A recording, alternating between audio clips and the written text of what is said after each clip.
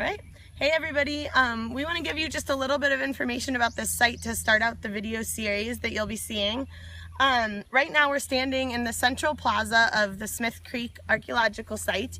Tom's going to give you a quick little run around here so you can see where we're standing. We're down in the southwestern corner of Mississippi in Wilkinson County, really close to the Mississippi River and really close to the Louisiana state line, so we're way down here. And like I said, currently we're standing in the central plaza, which means that surrounding us, we've got three mounds. Mound A over here is to our west. Mound B is to our north over here in this clump of trees. And then Mound C is kind of off behind those tractors and those trucks over there. You can see a few people walking that direction. And basically that's a pretty typical layout for sites from this time period. We call this period the Coles Creek period, and usually the sites there consist of 3 or 4 mounds surrounding an open central space that we call a plaza. The Coles Creek period dates to about 700 to 1000 or 1100 AD. However, mounds in this sort of general area have been being built for much longer than that. The earliest mounds are nearly 5,000 years old in this time period, in this particular region in Mississippi. But the Coles Creek culture is of particular interest to me because they start building these large flat top mounds surrounding open plazas. So what we're going to do now is sort of give you a little walk around from the site and show you some videos from each of our excavations on the mounds. Alright, so here we are at our South Plaza unit. So right now we're at the southern end of the big open plaza.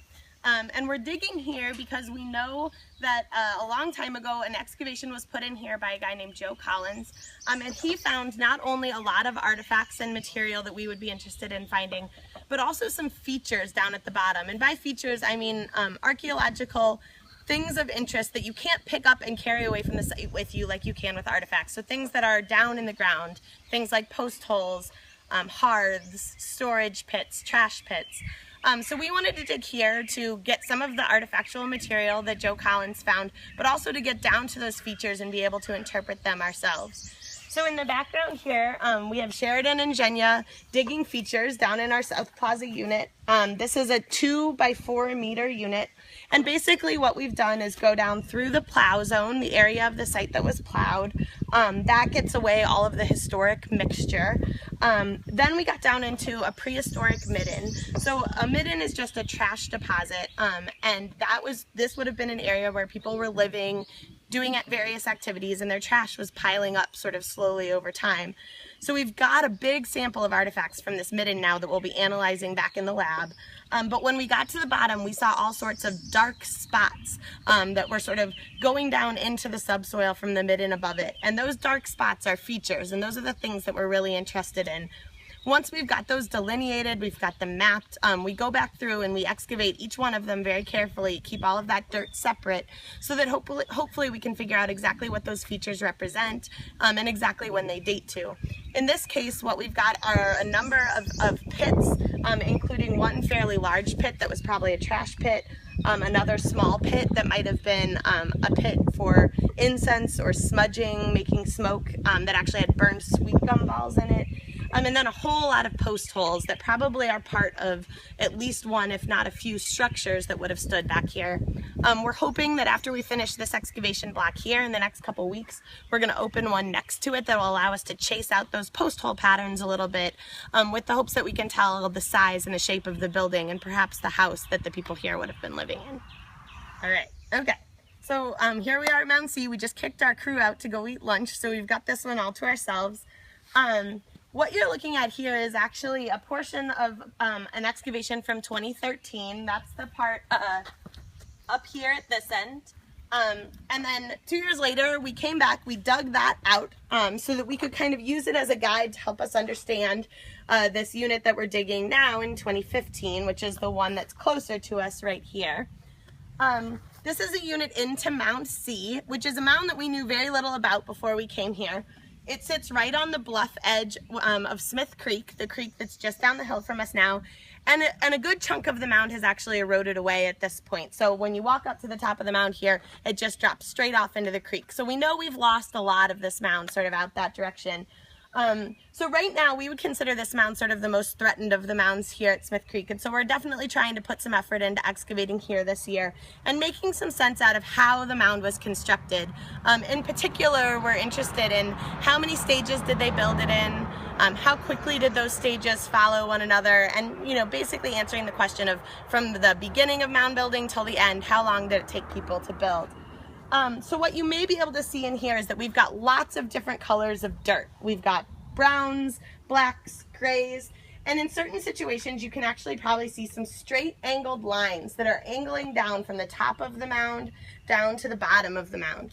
Those are mound surfaces, and those are surfaces that would have been left open prehistorically that activities would have taken place on. Activities potentially like meals or feasts, religious or ceremonial ceremonies, and also potentially people just living. But at this point we don't really know what's happening on top of the mounds, and that's why we're getting down into these deposits to try and figure that out.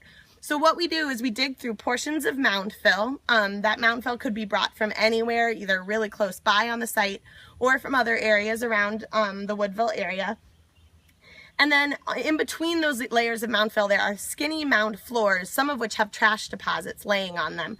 Those trash deposits are the gold mines for us. Those are the things we're the most interested in, because that tells us about what was happening up on top of the mound with them throwing their trash down the side. So far we've excavated at least 2 of those small midden trash deposits, and we've found huge amounts of food remains, particularly fish bone, deer bone, and small mammal bone. That probably indicates that people were having meals up on top of this mound. But we're going to have to get back in the lab and look at the pottery to try and determine if those are normal everyday meals or if those are special meals like feasts or ceremonial meals. So hopefully we'll be able to give you an update on that after the field season once we get all the artifacts back in the lab. So we just crossed Highway 24, which runs directly through the site and actually chopped off a corner of the mound right here when it was put in. So normally, of course, we hate it when construction projects do damage to our mounds, but this year we're trying to take some advantage of that fact and use that road cut as a way to get into the center of the mound without having to dig down all the way from the top or dig all the way in from the side. So now we're going to walk up to the top of Mound A, the largest mound at Smith Creek. It's between 30 and 35 feet tall. So we're going to hike up about halfway right now.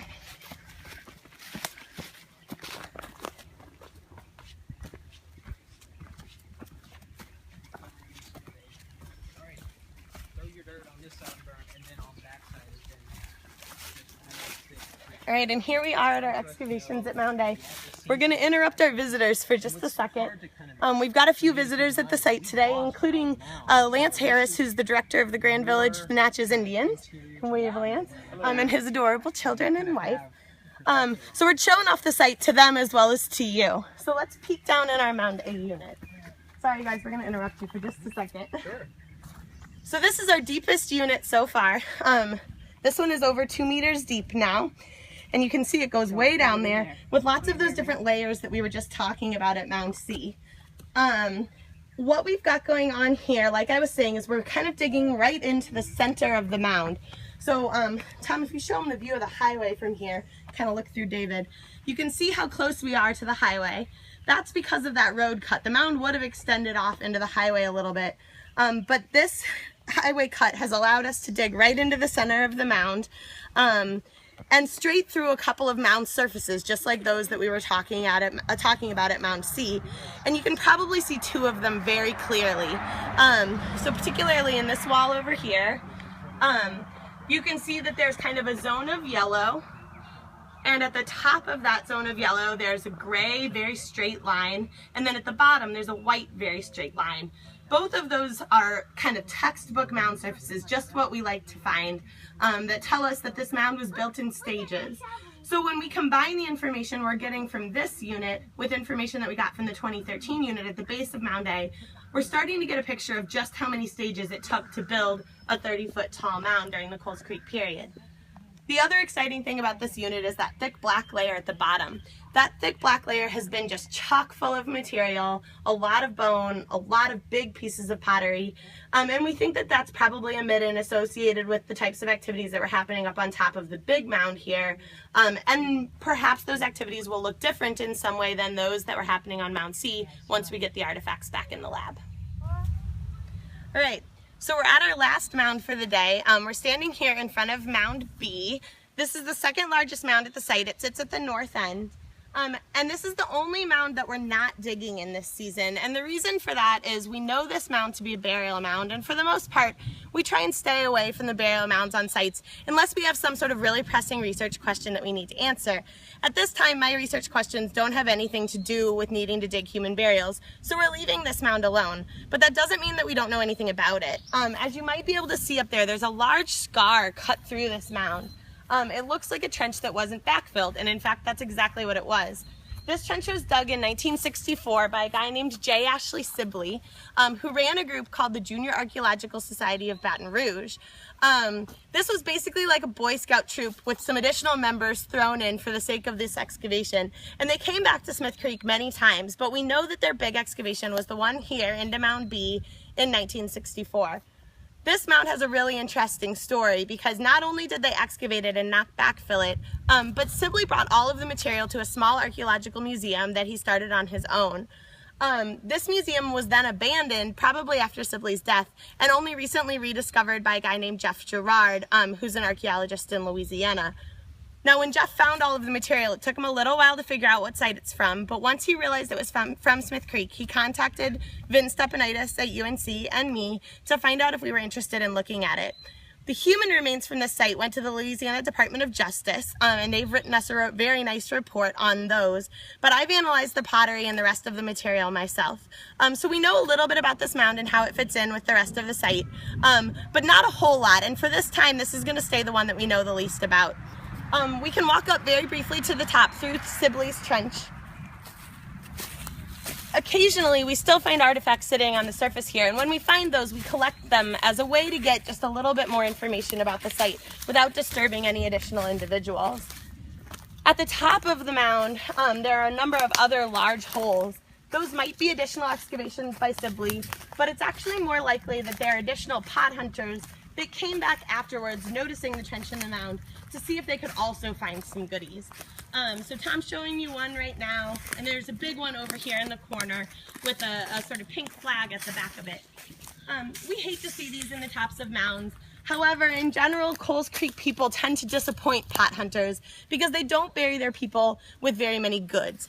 You get a lot of individual people in sort of a large pit in the center of the mound, and they're usually not buried with pottery or any other sort of ritual or ceremonial good. They're just put in the ground as a group of people.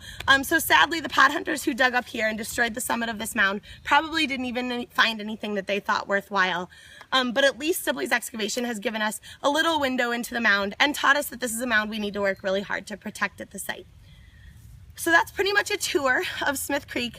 It was rapid fire, and as you know, you'll be able to ask me questions afterwards. But before we do that, I just wanted to give you a little view of some of the techniques that we've been using through the voices of our students who've been working at the site over the last 2 weeks. So enjoy those videos.